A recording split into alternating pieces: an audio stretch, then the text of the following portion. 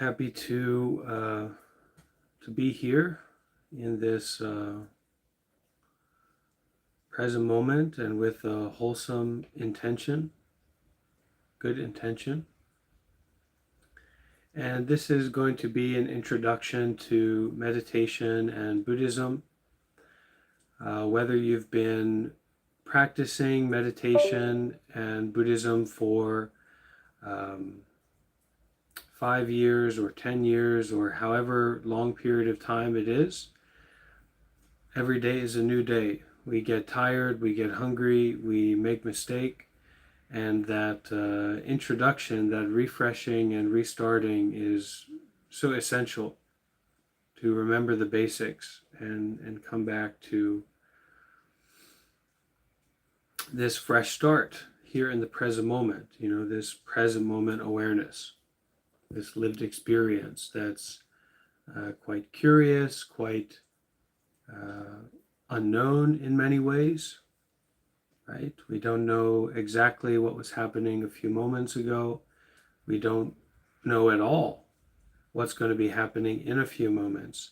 So it's a very open, kind of curious situation to be alive and to be in the world. It's quite unusual, and yet here we are. So Buddhism offers a system and a way of living to more deeply and more authentically know the nature of reality, or the true nature of ourself, the true nature of our kind of experience. What is this experience? Who is this experiencer? What's going on here? And the unique thing about Buddhism is that we're not really subscribing to beliefs. And what Buddhism offers is not a way of believing ourselves through the world or thinking ourselves through the world, kind of how to understand ourselves through thinking or through ideas. But Buddhism offers us a path in which to investigate our direct experience and learn through experience what's going on here. What is the truth? What is the true nature of yourself? And also, maybe even more importantly, what's skillful, what's not skillful, what works and what doesn't.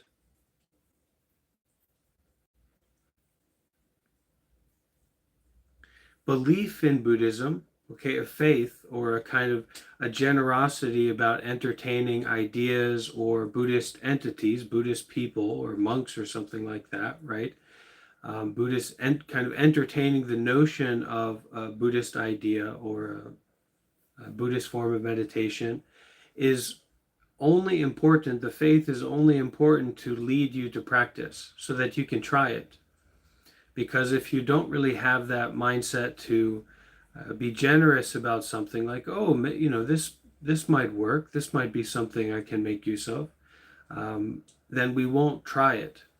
Right? If we don't believe that going for a walk or that physical exercise is good for us, then we won't try it.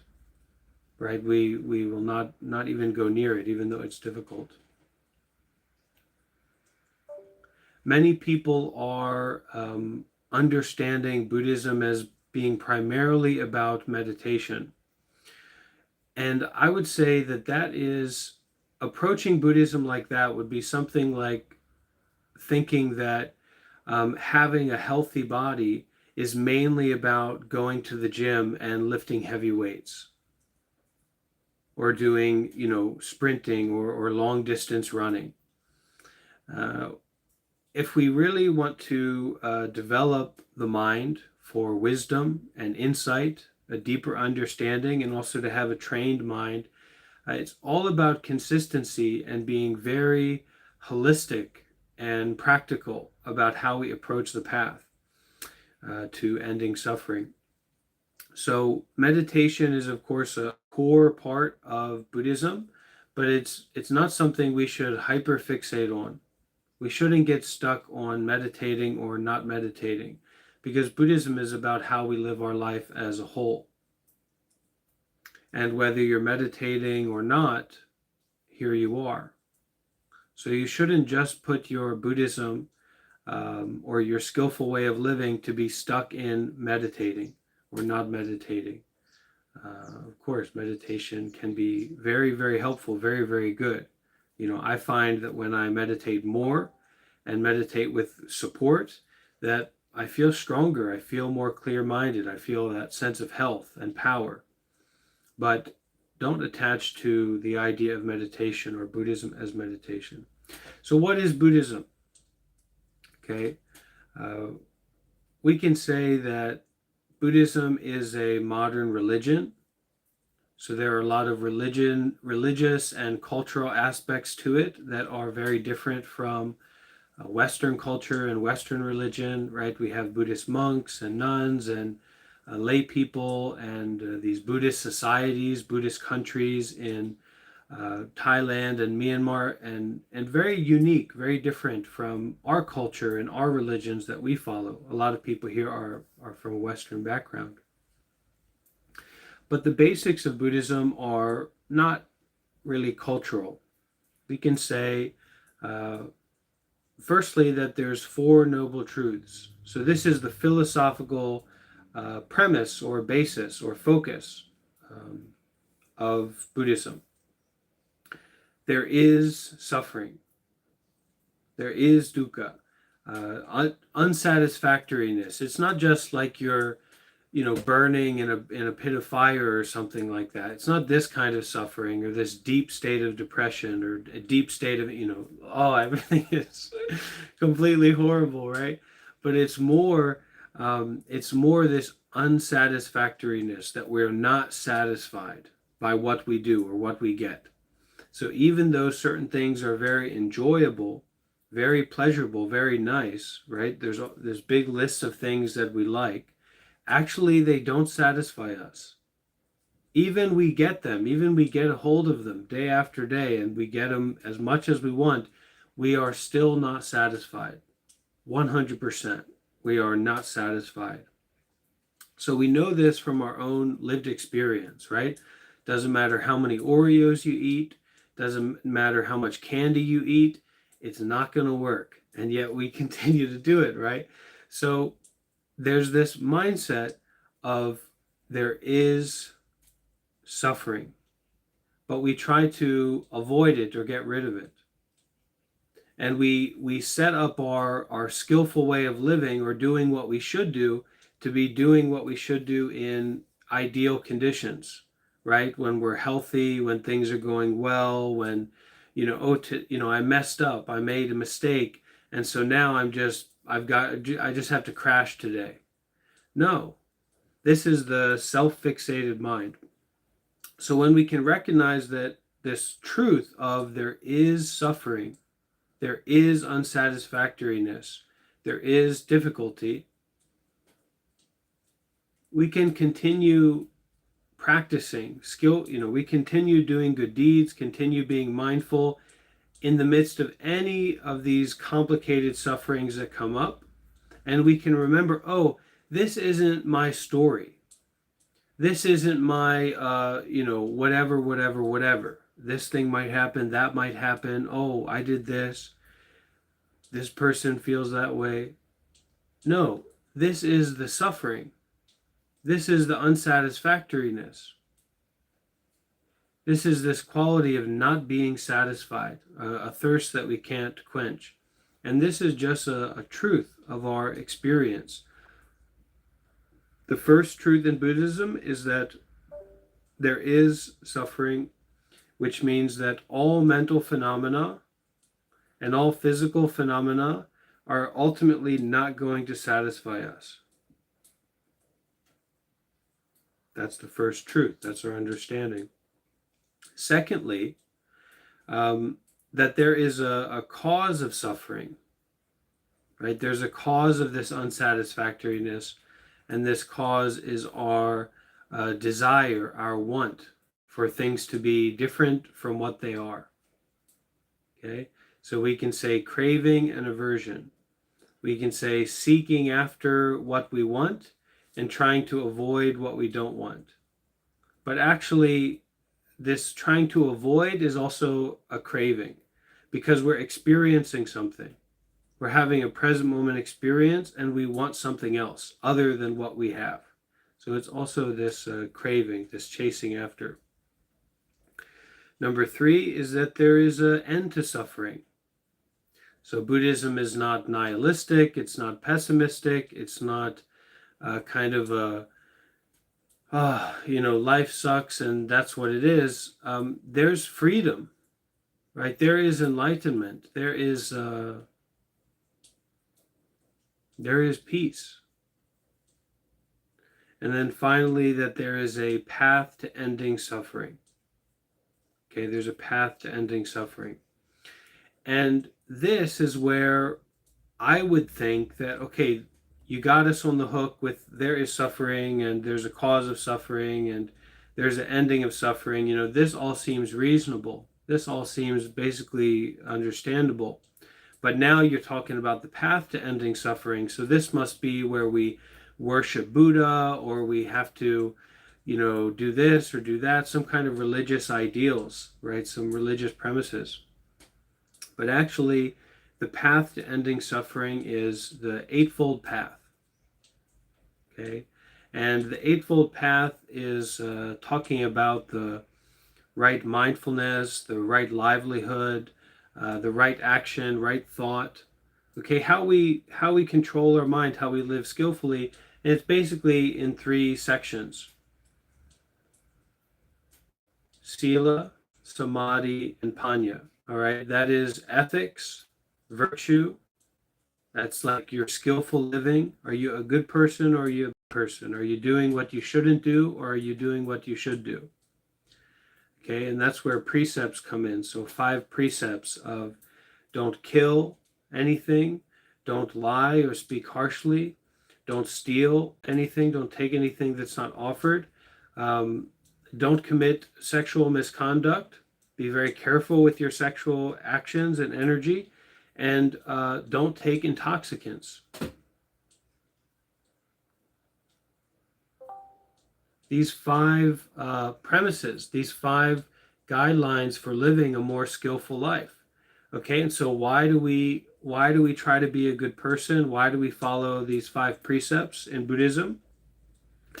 To feel good, right? To end suffering, to deal with suffering. That's what this whole deal is about. Okay, so when I was talking before about how people kind of hyper focus on meditation, and that can be debilitating in terms of living your Buddhist life or making use of Buddhism, is because the foundation of being able to meditate is your virtue, your skillful living, getting your conduct under control, getting how you relate to other people under control, getting what you consume under control, mentally or physically, what you take in, getting your actions under control. And this is simply to do more of what you should do and do less of what you shouldn't do. And we have at the foundation of this, living like this and following these kind of precepts, we're really going to be in a position of desire and craving and attachment and self-fixation. This capacity to be generous, this capacity to let go of, to give away what we want, what we are hanging on to, right? This is our humanity, right? This is our capacity to be liberated, to be free. And this kind of generosity is not about a particular person. It's not about a particular place. It's not about a particular amount.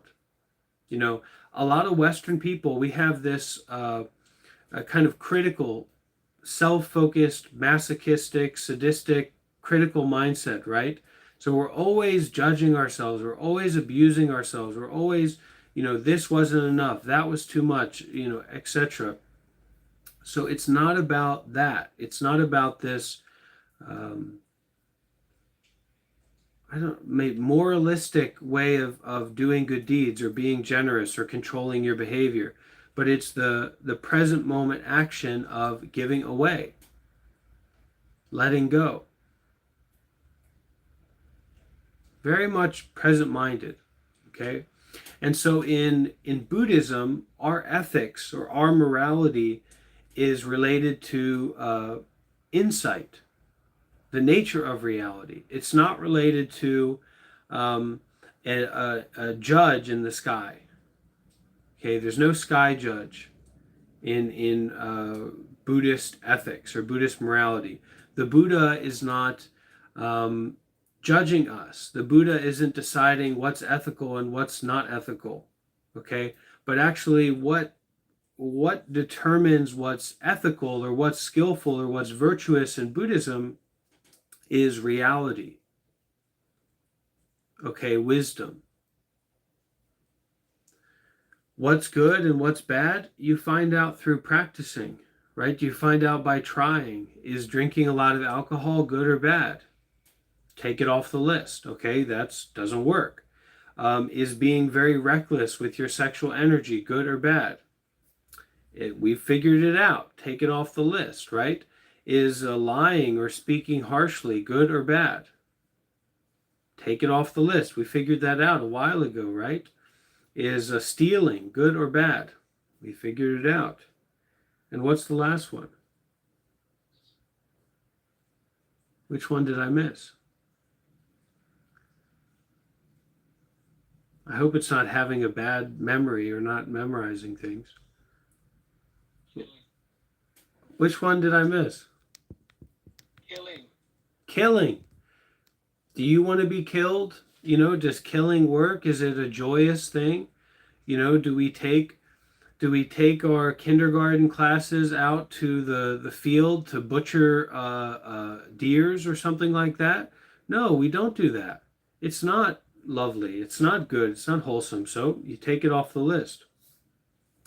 So we kind of recognize that there are skillful activities and there are unskillful activities. And so, I mean, I don't know, it's a strange situation to talk like this, but we have to remember and we have to put it into practice, right? And this generosity at the core of it is actually, it's the most accessible thing we can do. It's the most simple and direct way that we can practice like our goodness and our wholesomeness. So we see a homeless person, or we know that a loved one or someone we know has financial trouble or something like that, right? They're in a difficult situation, and we just go there and we donate to them, or we offer our time or our energy to someone who's sick and going through difficulty. It's really powerful, and it benefits that person. It certainly benefits you. I know for me, when I do like an act of generosity, I'm feeling energy just come up right away. And there's also this teaching of how you will feel if you lose your wallet with a bunch of a fair amount of money in there, right? A good amount, versus if you gave that away or donated it, right, to someone or for some good purpose. If you lose it, you feel angry, you feel suspicious, you feel greedy, greed, anger, and delusion, right? And now you're looking at this person, that person who took my stuff. If you would have donated it or shared it out, you felt good when you thought about doing it, you felt good when you did it, and you feel good looking back at it. So it's a powerful practice when we can be generous, and try to be generous in a way that's present-minded and direct, right? Not just with money, but that's a good one because it's both material and it's mental, right? There's a very close link there with us, with our money and our security, our state of mind, our security, whatever it is. So you can do it that way. But try to practice directly so that it's not just you're giving away for some multinational company who says they're going to do good things. That's a little bit out there. And then also, we're not just generous to ourselves. So I thought about with the money analogy, it's like, Oh, if I would have spent that money on myself, if I would have bought something nice for myself. So when we give away, when we share out, we're untangling that self fixation, that self story, that real true person in a real true story who wants this, doesn't want that. And this is where so much of our suffering is, right? So, this beginning of generosity, this willingness to let go, this willingness to give up, is also related to insight, related to wisdom, related to detachment. Because this act of taking something that you value, taking something that's important to you, and intentionally giving it away, offering it out, we're going to lose everything. This body is here to be lost. Our sight, can you imagine? Our sight is here to be lost. Our hearing is here to be lost. We're going to lose all of this. This is just reality. So the Sila and this ethical way of living and founded on this generosity is our way to harmonize our mind naturally without any like rough effort or any fighting with our mentality or fighting with the world, to harmonize our mind and simplify and stabilize our mind. And the structure of Buddhism is all about prioritizing that, being a good person, doing good deeds, practicing generosity, doing more of what we should do and less of what we shouldn't do. Okay? And this is the starting point. And this is what we should really emphasize and come back to a lot as a Buddhist person. The high-minded, wisdom and nature of reality and all that stuff, it's a good hook. It's a good thing to bring you in and get you involved. But when it comes down to it, we're moderating our conduct to be more and more skillful.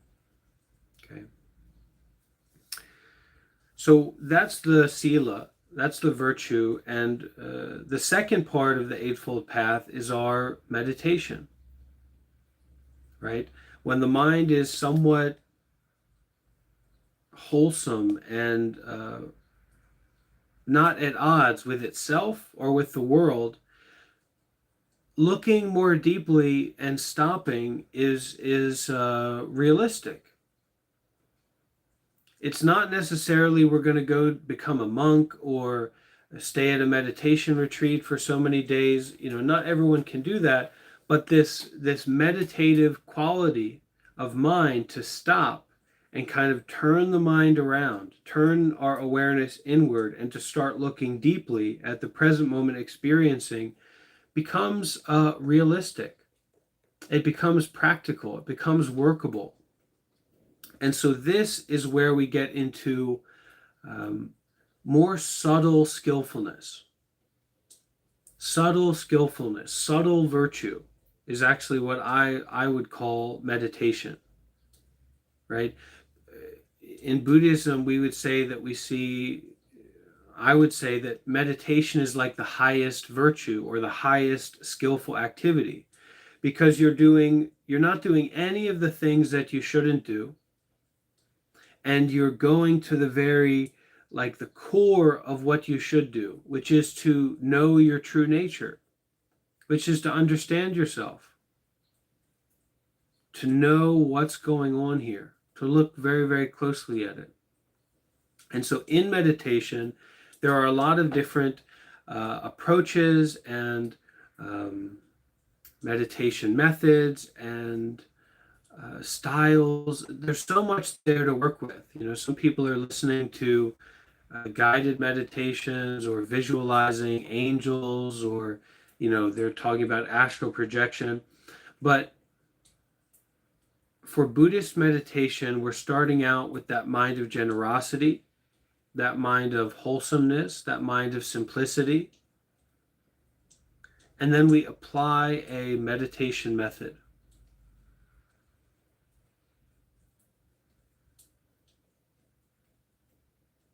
A very common one is anapanasati, or mindfulness of our breathing. Just in that moment, just in that one moment where we stop, we step back from complicated thinking and complicated self-involvement, mentally or physically,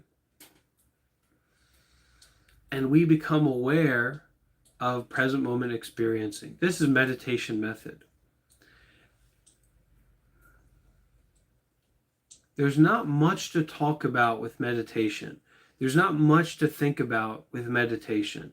There's a lot that's going to come up, right? You start to meditate a lot and get really involved with it. You may want to make sure you have a relationship with a therapist or a teacher, okay, or a community. All these things become more important, right? Life can become more visceral, more clear. I heard someone say before that there should be kind of a good monk said this, Western monk said there should be like a warning or a disclaimer before you get into this stuff. Because once you really start getting into meditation, you really get a taste of turning the mind around and having a relationship with present moment experiencing, right? You couldn't quite turn back. Yeah, I mean, you can have a good time. You can watch a movie. You can have some drinks, and maybe go on a vacation. You can have some experiences like you would, right? But you've taken a glimpse at your true nature. You're not in a fairy tale anymore. You're not in a movie. You're not in a story, right? This is it. And so life becomes more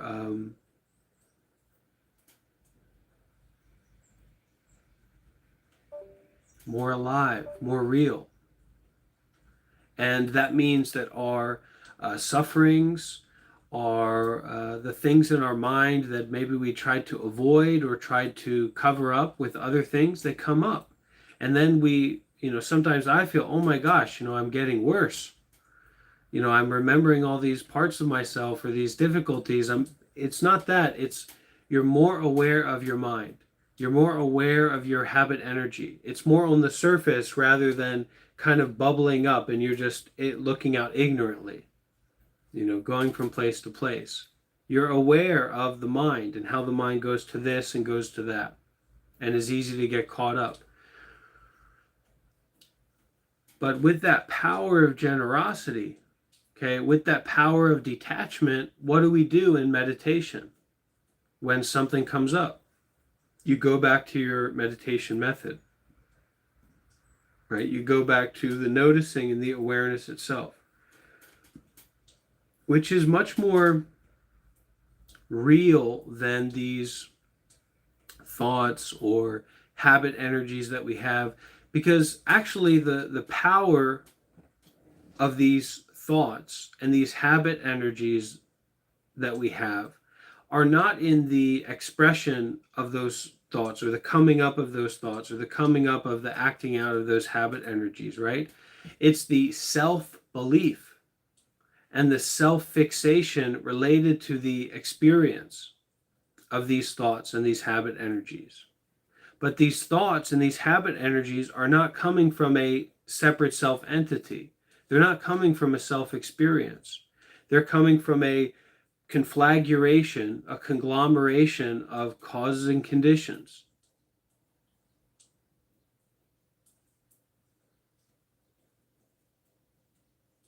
All kinds of different experiences and interactions and present moment. We forget so much about how essential like the present moment conditions are to our state of mind. If this room turns up,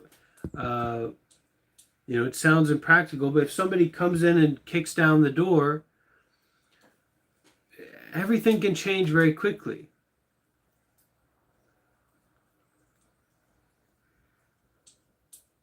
But with this generosity, this willingness to let go, we're touching a part of ourselves that's more authentic.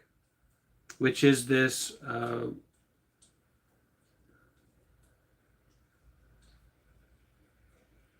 awareness itself.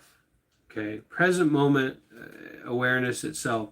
But we really get into the weeds when we start talking about all this stuff, because we're talking about, from the Buddhist perspective, the philosophy is not very important. It's our experience, it's our practice, it's the perspective shift that comes in from our practicing of not just meditation, but our following the precepts, our skillful living,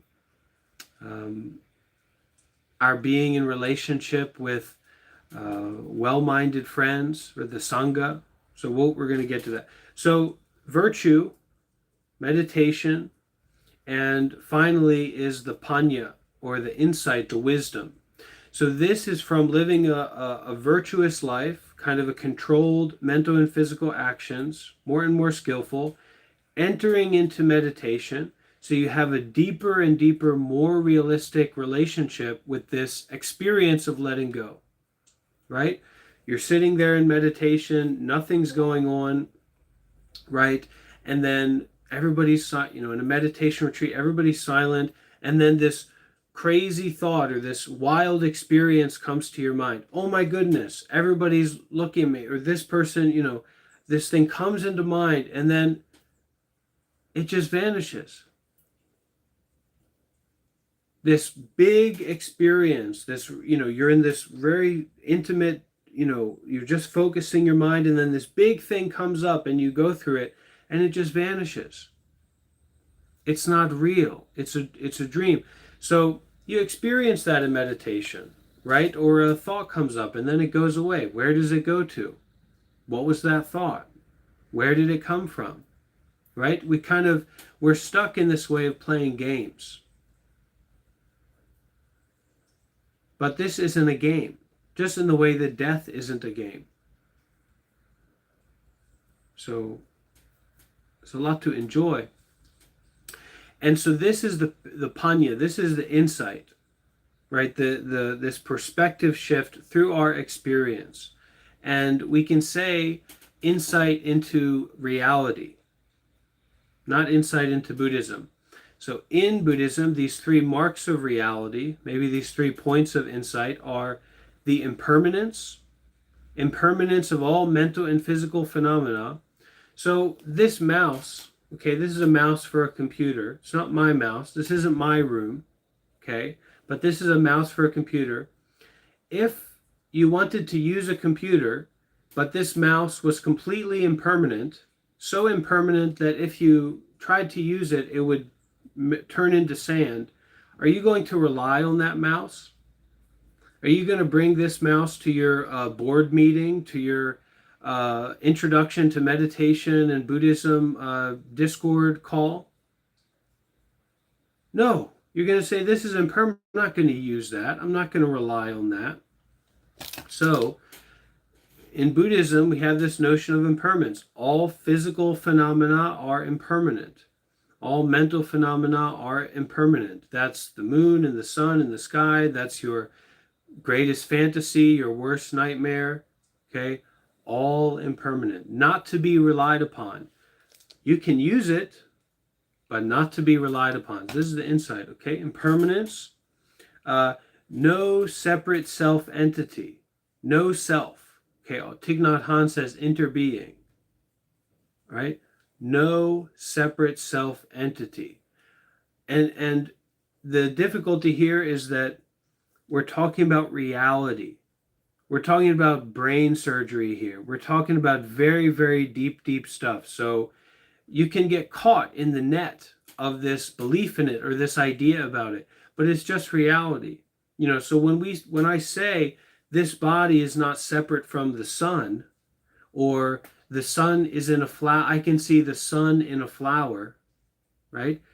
This isn't poetry. It's also poetry, but it's also the core of the planet Earth bubbling up. That's how, real this reality is. Okay? There's no separation. There's no separate self-entity. I am not separate from you. and in the present moment experiencing, right? I am because you are. Now, this is it. And then finally, this dukkha, or this suffering. This candy will not satisfy you. I need to get an AI robot or something on my shoulder to tell that when I go to the convenience store to get some gummy bears. What are you doing? This is the great thing about having a teacher or having people in the past again. That candy's not going to satisfy you. What are you doing? Right?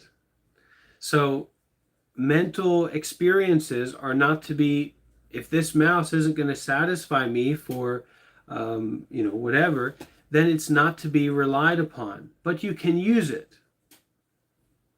Using only, experiencing only, but not to get trapped in it. All right. So this is the Sila, Samadhi, and Panya. All right. Skillful living, meditative practice, and then the insight into reality, into no self, impermanence, and suffering or dissatisfaction. Okay. So in Buddhism, our way of following the path is that we go to, it's called the triple jewel in Buddhism, that we go to for refuge. So this is like the good conditions or the supporting conditions that we go to for refuge in Buddhism. There's a lot of different ways to explain these. I'll do what I can do now. So the first is the Buddha. We go to the Buddha for refuge. That is that we believe in the Buddha. So it's kind of a generosity, like someone become enlightened, someone became truly free, truly awake, and I think it's reasonable. I think, just especially because a lot of the people that I've met, more senior monks and different people, I think it's very possible the Buddha is this one who awakened, ultimate enlightenment, ultimate freedom. But related to that is that we take refuge in our Buddha nature or our Buddha mind. There's a freedom here. There's a safety here. There's a non-conditionality here. That even if the house falls down, you'll be okay. 100%. But it's not when the house falls down, it's right now, right? It's this palpitating Buddha nature. And you go to refuge in that, not your complicated mind, but your happy mind, free mind, open mind. And we go to refuge, to the Buddha. Secondly, we take refuge in the Dharma. Okay, that's the Buddhist teachings. Okay, that's these skillful teachings and based teachings, wonderful teachings that are direct and contemplative and compassionate and wise and skillful.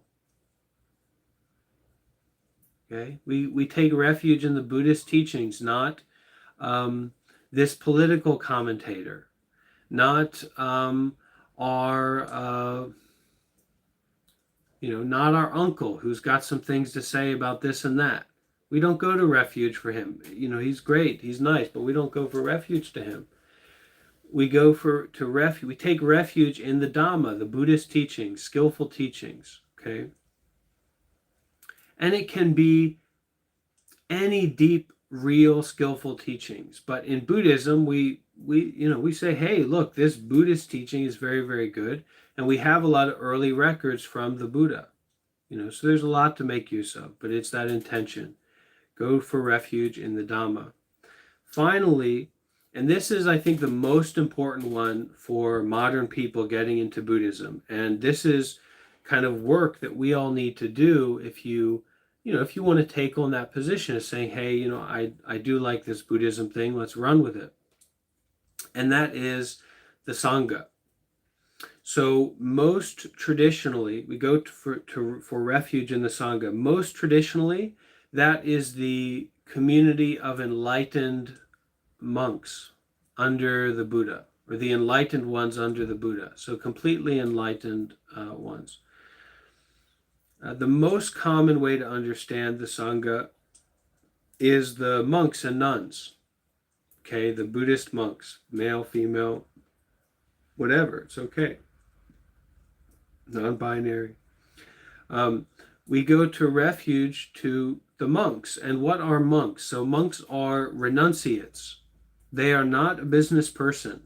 They are not selling things. They are not living through material wealth development. Okay, that doesn't necessarily mean they're destitute. It doesn't mean that they're, begging at your door for water or something like that. But they are not business people, and they are not building a home for themselves. They're not building a family that that is based in sexuality. They're renunciates. Okay, so. And these are the people who are committing themselves to meditation, virtuous living, and, to have more insight to Buddhist teachings. Now, in the most modern, and I think the most workable definition of Sangha that we have in the modern time is the community of practitioners, community of sincere, well-minded practitioners. Okay, this is the Sangha. This is people who are committed to living an ethical life, to being generous, to being good, to being meditative, to empathizing and being open to insight, right? To know self, to impermanence, to interbeing, to the nature of mental and physical phenomena, to ultimately be unsatisfactory. So like, yeah, that's basically true. So we go to refuge in the Sangha, it means we are part of a community. We are taking refuge in community, all right? And not just any community that we come across, or like a gaming community or a music community or something like that. But it's a Buddhist community of practitioners, of people who want to be free from suffering and are following the path. That's the Sangha. And to go to refuge means that we rely on them, and we go back to them, and we reach out to them, and we open up to them as best we can. Okay? So these three jewels, the Buddha is your inner Buddha nature, your freedom mind, okay, your transforming suffering mind, your safety mind. The Dharma, that is the Buddhist teachings or the skillful teachings that bring you on the path and help you heal and continue. And then the Sangha, and that's our community of well-minded practitioners, right, that we make use of. None of this is actually to be attached to, but it's to make use of. Okay?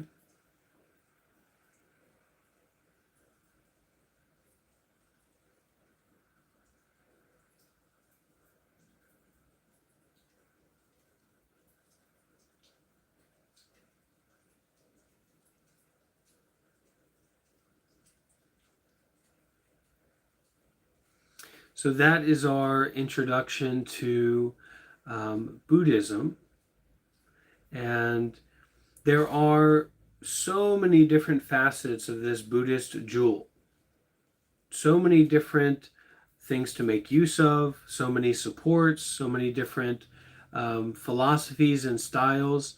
But the foundation in all Buddhist traditions is skillful living, virtuous living, meditative, some involvement with the meditative practice, and then these insights that come from that. Okay? There is suffering. There's a cause of suffering, which is our constant desire, our constant wanting.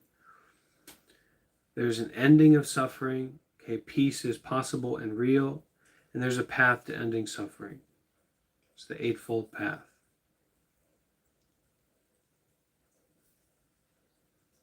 Conduct of body and mind, meditative practice, Then living according to this wisdom is living according to wisdom from our experience, but also remembering the wisdom as a perspective to approach life with impermanence, no separate self, and this dissatisfaction. That it's okay to be dissatisfied, you know?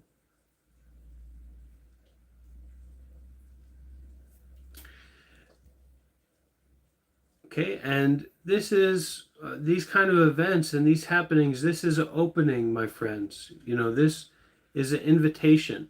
The more that we invest in practice and this simplification of our mind and the stabilization of our mind and the wholesomeness of our mind, more and more doors open. We can really talk with people. We can really reach out. We can really collaborate together, right? We can do good deeds together.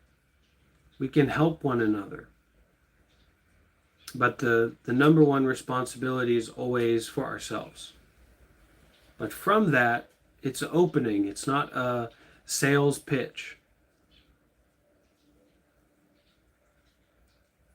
You know, if you buy a new car, you're the one who's going to drive it. If you become a Buddhist and a meditator, a lot of opportunities open up. You know, because we know the opposite. When someone's mind is rough and kind of unstable, and they don't value virtuous behavior, and they don't really consider like the deep intentions that other people have, and they're not particularly generous, and they aren't really, you know, let's not berate this person, but it's very difficult to collaborate, right? When we have that stable mind and that goodness and that wholesomeness and that openness, there's a lot of opportunities, there's a lot of safety to reach out, to share, to be generous, and to support one another. And this is what Sangha is all about. This is what this community is all about, right?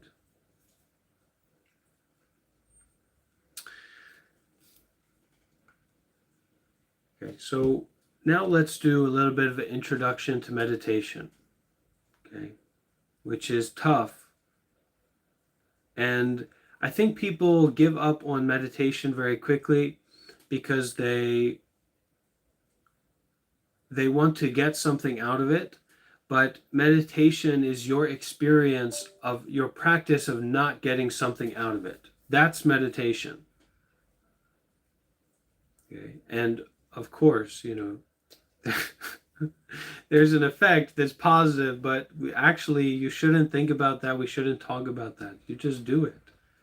And like I said, it's the experience of not getting something out of it moment by moment.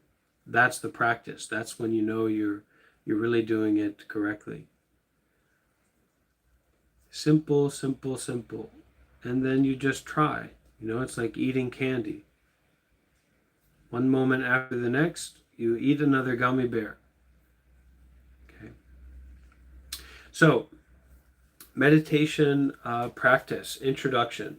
First is you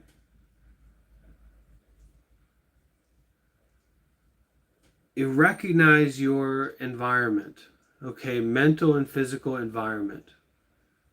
How do you recognize it? Well, it's there, but you kind of notice, oh, there's sounds behind me, the temperature of the room, the position of your body. Just kind of start to notice your physical environment.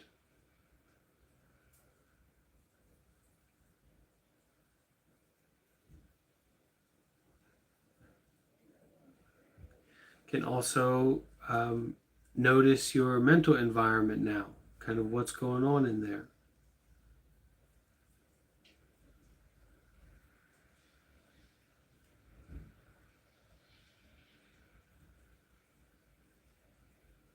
We're not really getting a grasp on anything when we practice meditation. We're not getting a grasp of, meaning like to get a hold of how our body feels or to control it in some way. but especially for the mind. We're not controlling the mind. We're not, it's not like you start to practice meditation and then you become Doctor Strange in your brain, right? And now you're kind of fully grasping the subtle neurons and all the aspects of your mind. That's not how it works. There's a lot of stuff going on up there that's not super clear and just moving around, and that's fine. Okay. So notice the environment, body and mind, and then you go ahead and find a comfortable position for your body. I like to sit cross-legged, but in any position that's good for you is good. Just a simple, stable position. A place where your body can be, somewhat still.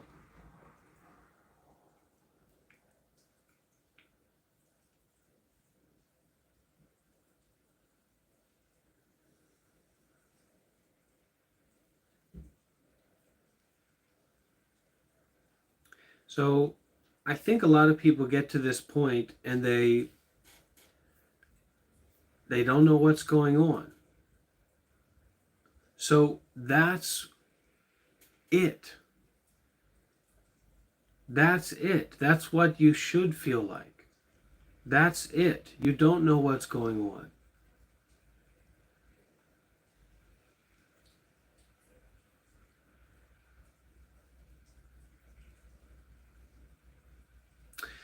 But this alone is going to be, we're a little bit more practical and considerate of people in the modern times.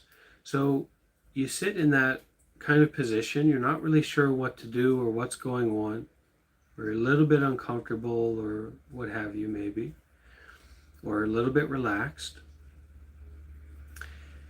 And at that time we can get involved in what's going on through a meditation method. Okay, that's almost saying too much. But it's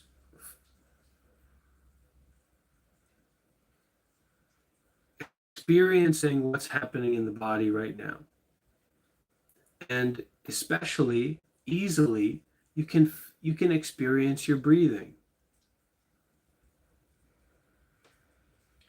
And you can actually breathe in such a way to attend to and be with your present moment experiencing.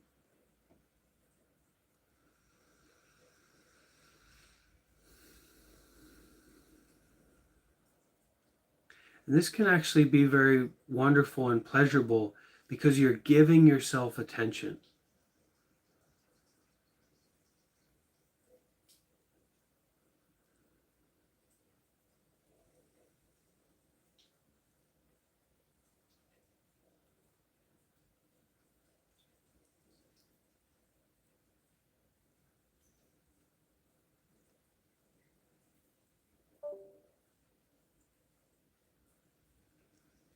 And breathe, you can experiment with how you breathe to keep your attention on the body and on the breathing.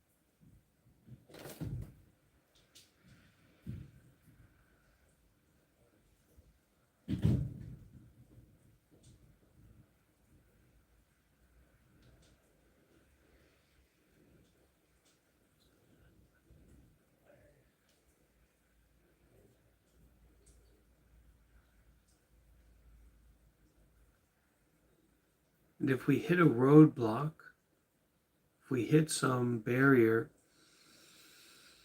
maybe try to breathe a little bit more deeply, richly, and feel that enjoyment again of giving your full attention to the body sitting here.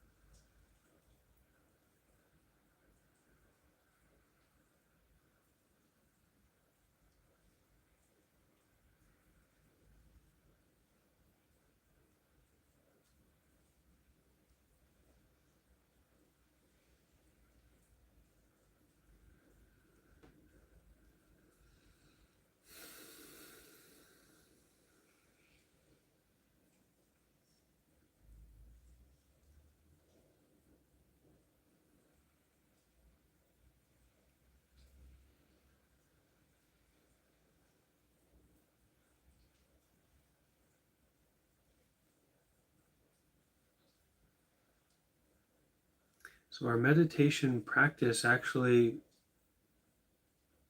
it's very inclusive.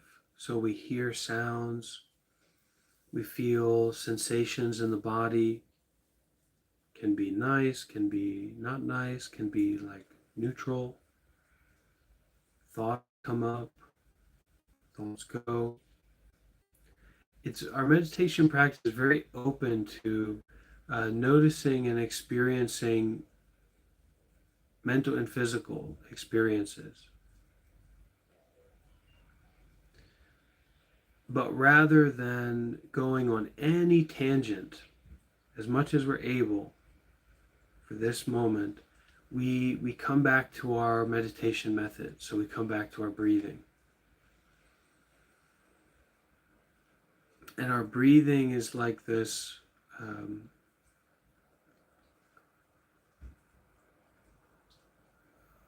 viewing point of the kaleidoscope of present moment experiencing.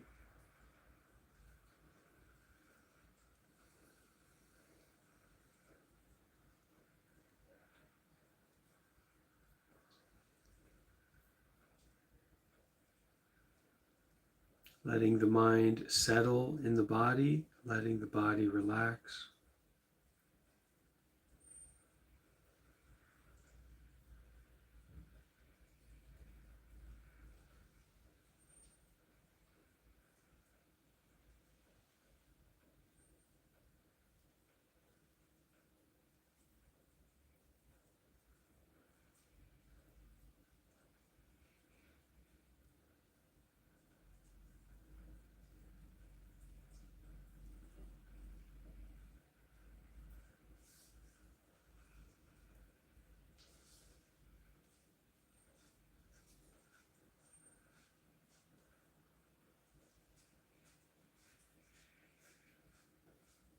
And when we practice meditation, we should have this mindset of very fresh mind. So don't fall into too much sleepiness, but it's okay. But even more important than that, we're flexible, we're open, right? We're sweet with ourselves, we're gentle with ourselves, and that breathing is just there as this coming home point.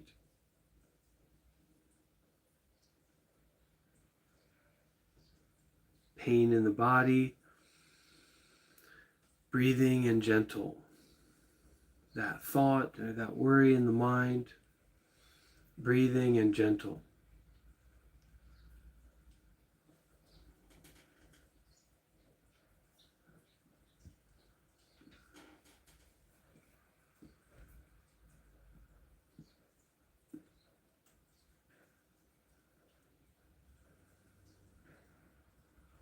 And we can bring a smile to our face as well, these last few moments of our meditation. Breathe and smile.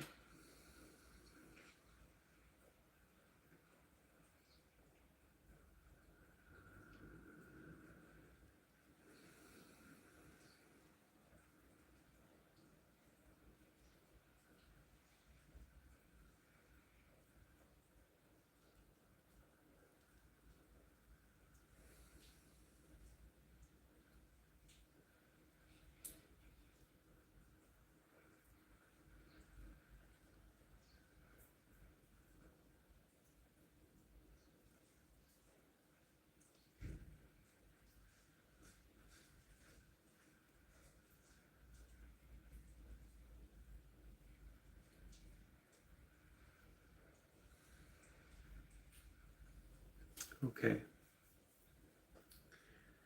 So we will finish today with some chanting. So I will offer some Buddhist chanting. Hopefully it's not too religious sounding or anything like that.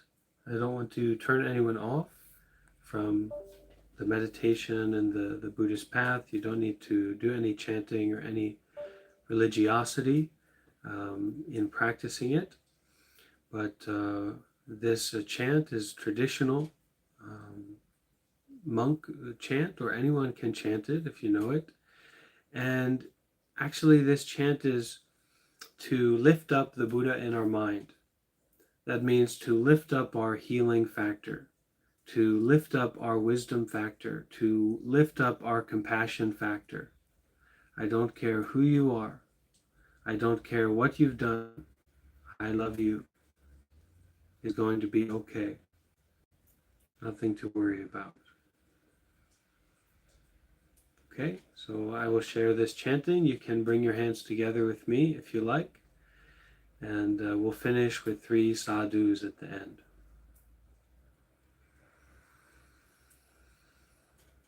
Namo tassa bhagavato arahato sama sambuddhassa.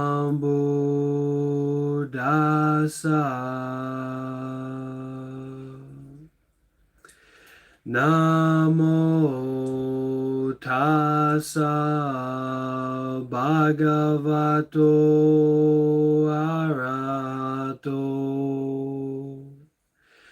sama sambuddhassa.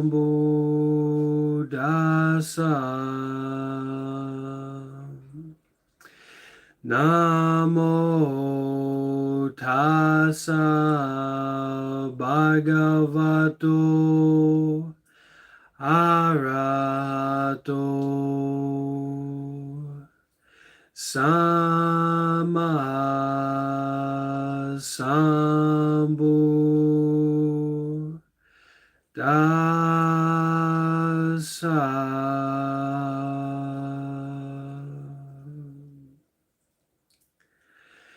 Sadhu.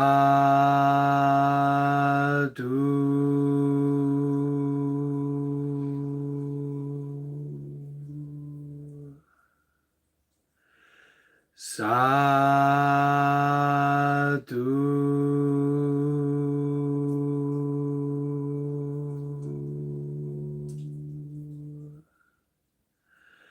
Sadhu.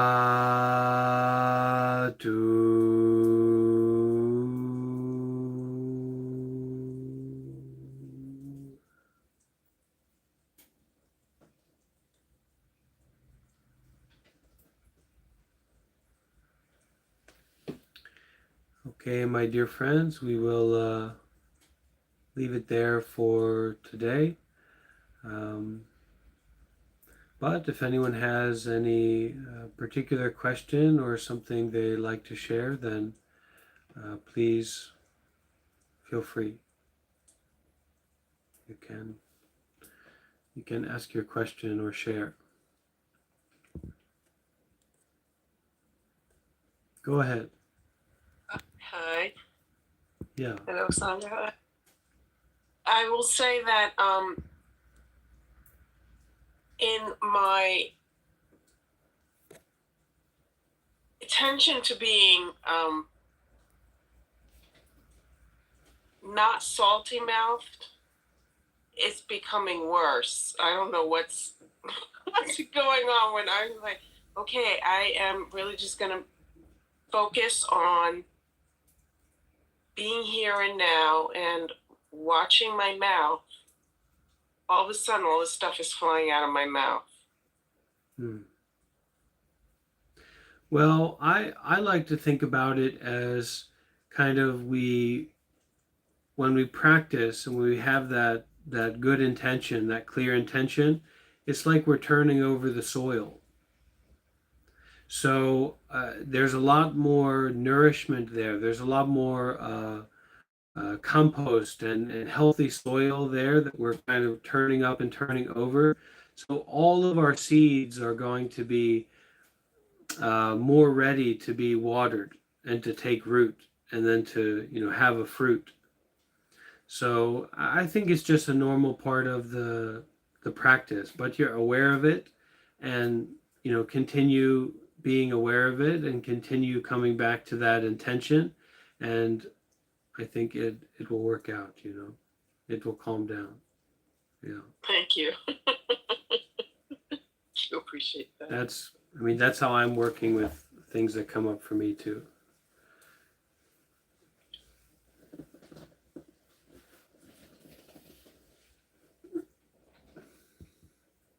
Yeah, there's a teaching I saw recently about,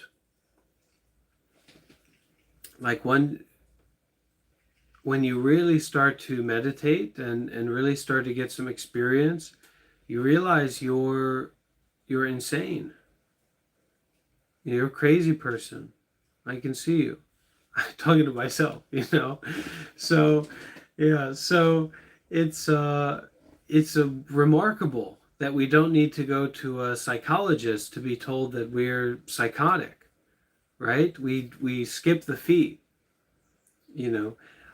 But we can be a good person and a mindful person that is kind of crazy, right? That has a crazy mind, and that's okay. Plenty of compassion, plenty of wisdom, plenty of safety, plenty of stability, plenty of simplicity in being, having that mad mind, that wild mind.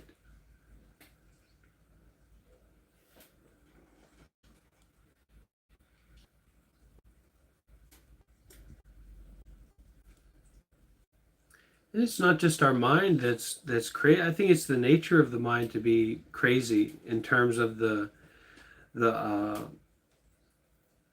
the materialistic aspect of it. Um, in the same way with the body, because if you were God, or if you were the creator of everything, or if you were some alien if you were an alien from another universe talking to the God of our universe, and he said, yeah, God, they said to this alien, yeah, I put them together to basically they can die at any time, they can get sick at any time, their bone, everything about them is fragile and impermanent, and I just kind of, made them like that. I think that alien would say, what? That's ridiculous, right? It's kind of crazy that our body is impermanent and vulnerable, right? And yet that's just nature, and that's okay. That's the Buddhist, the people who are very well read about the Buddhist scriptures, and more so than me, say that in Buddhism there is a God that we would call God. From what I've heard, I don't look very closely at this kind of stuff, but they will say there's a God like we would know about as Western people, and that the Buddha talked to that God, and that God thought that he created everything, that he was like the supreme, but actually he didn't, and that God is also impermanent, right? So it's a crazy situation, and that's okay. This is not okay, and that's okay. It's like a refresh, restart, and how do we take care as best we can now? And over time, if you really become skillful at doing that and really subtle with doing that, your reality shifts. You're free to be compassionate, to be wise. You're free to transform suffering, to go beyond birth and death.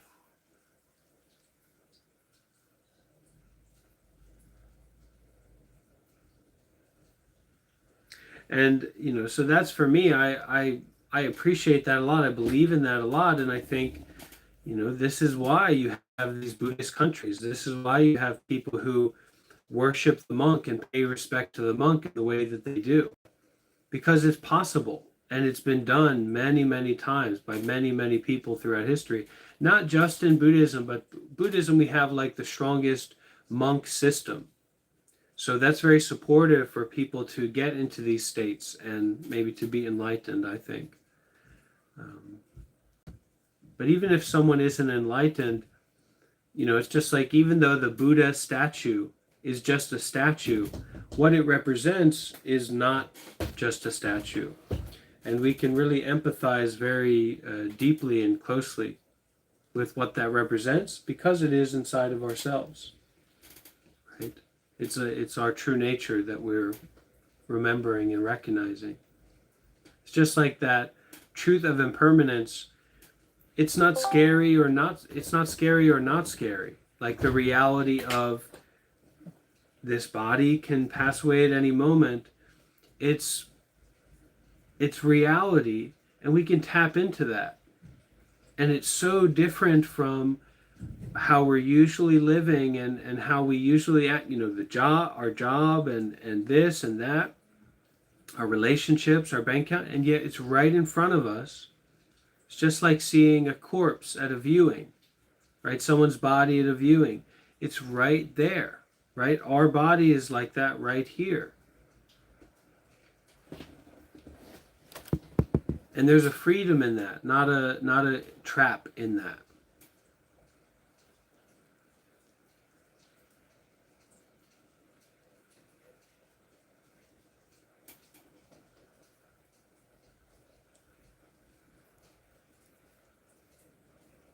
It's very transformative, moment by moment. And it's always like that. So it's not a matter of us changing ourselves to realize that or to get that, to become more this better version of ourselves. Is recognizing what's here and recognizing that it's in everything. It's in coffee, it's in wine, but wine isn't really ideal, right? It's in stealing, it's in killing, but those things are not really ideal. And actually, they're not ideal in that they don't help us realize this.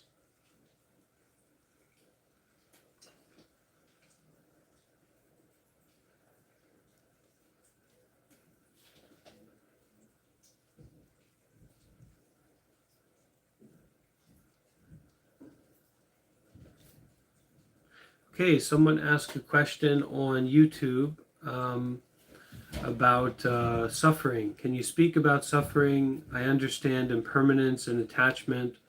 I know the Heart Sutra, but I have experienced a loss, a very human experience. How can I help myself when there is so much pain?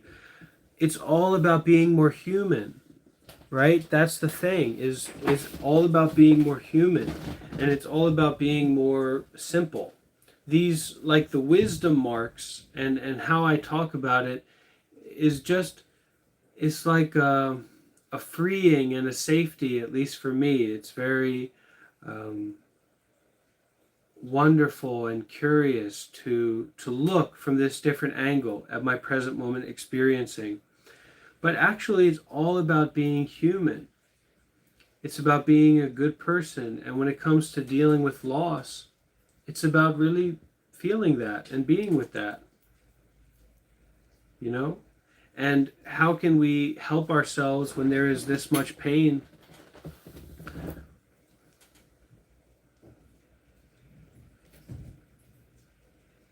There's no other way than to face it and to be with it. And know that it's okay to be with that pain. It's okay to feel that. And Thich Nhat Hanh has a lot of good teachings about losing a loved one and the loss, the interbeing, right? I like the notion. I haven't experienced a loss like that, so I can't speak so much about it. But I like the idea of the amount of pain that you are feeling of the loss of that loved one, or the perceived loss of that loved one, is actually, it's the other side of all that joy and happiness and love that you experience with that person. So it's these two things go together, right? There's no happiness without suffering. There's no pain of losing a precious one, a loved one like that, without all the joy and the wonderfulness that they brought to your life.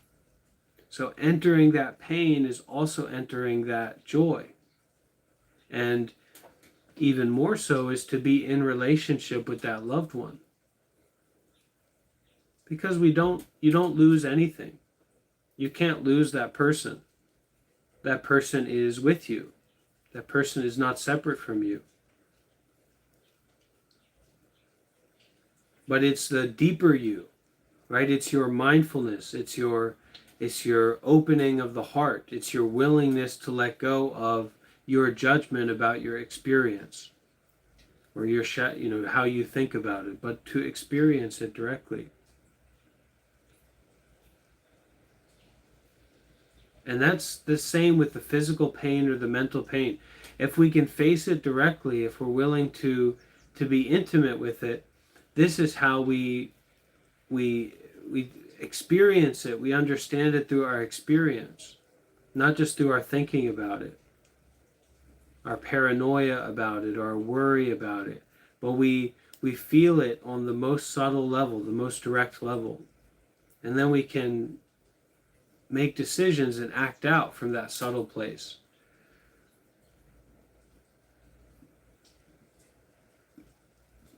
I think if you chase the mind around, you will always just exhaust yourself and make trouble, make confusion. Let the mind be the mind and fill yourself with mindfulness.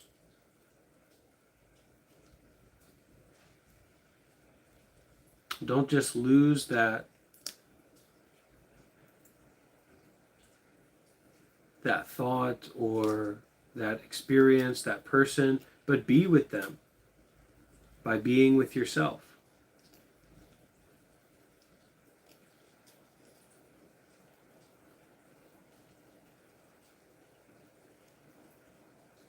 And we can contemplate these kinds of things, losing our beloved one, because the nature of our beloved one is to be lost.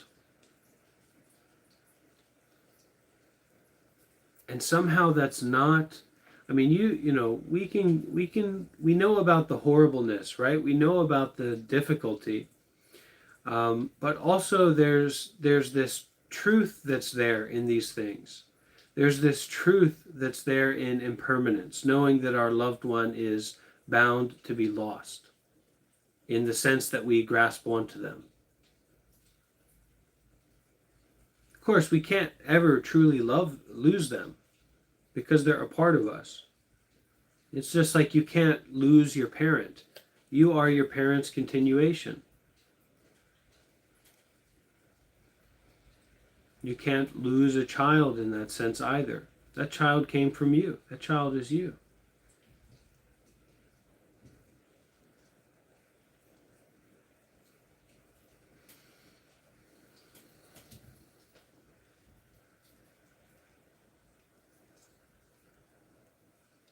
And so, when we act and when we live as a Buddhist person, it's not to be all high-minded wisdom. We just do our best to be skillful, to be compassionate, to be simple.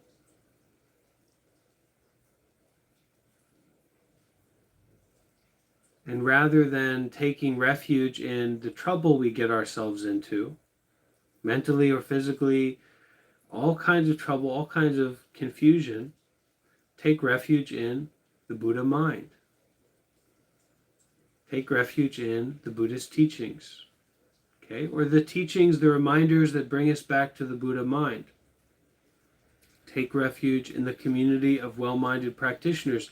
Don't be so self-fixated, right? I get myself into a tizzy, right? Or a thinking about something. Well, I'm looking at I'm looking at Meredith right here. Or I'm looking at Kat. They're not in my tizzy. Why am I so worked up about myself? Drop it, Bante. It's not important what I think. Just show up and, things will work out.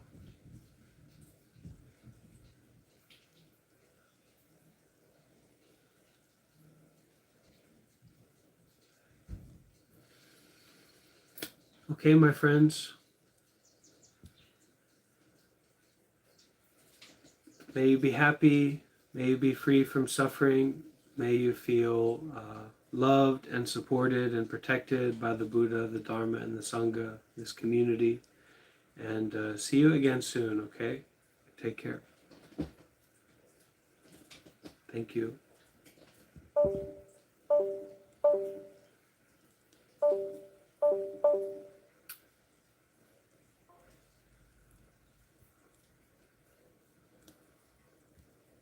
Wow, how nice. Thank you all for joining. If you joined late, you can go back to the beginning and rewatch. It's a good introduction to Buddhism and meditation, so thank you all for being here.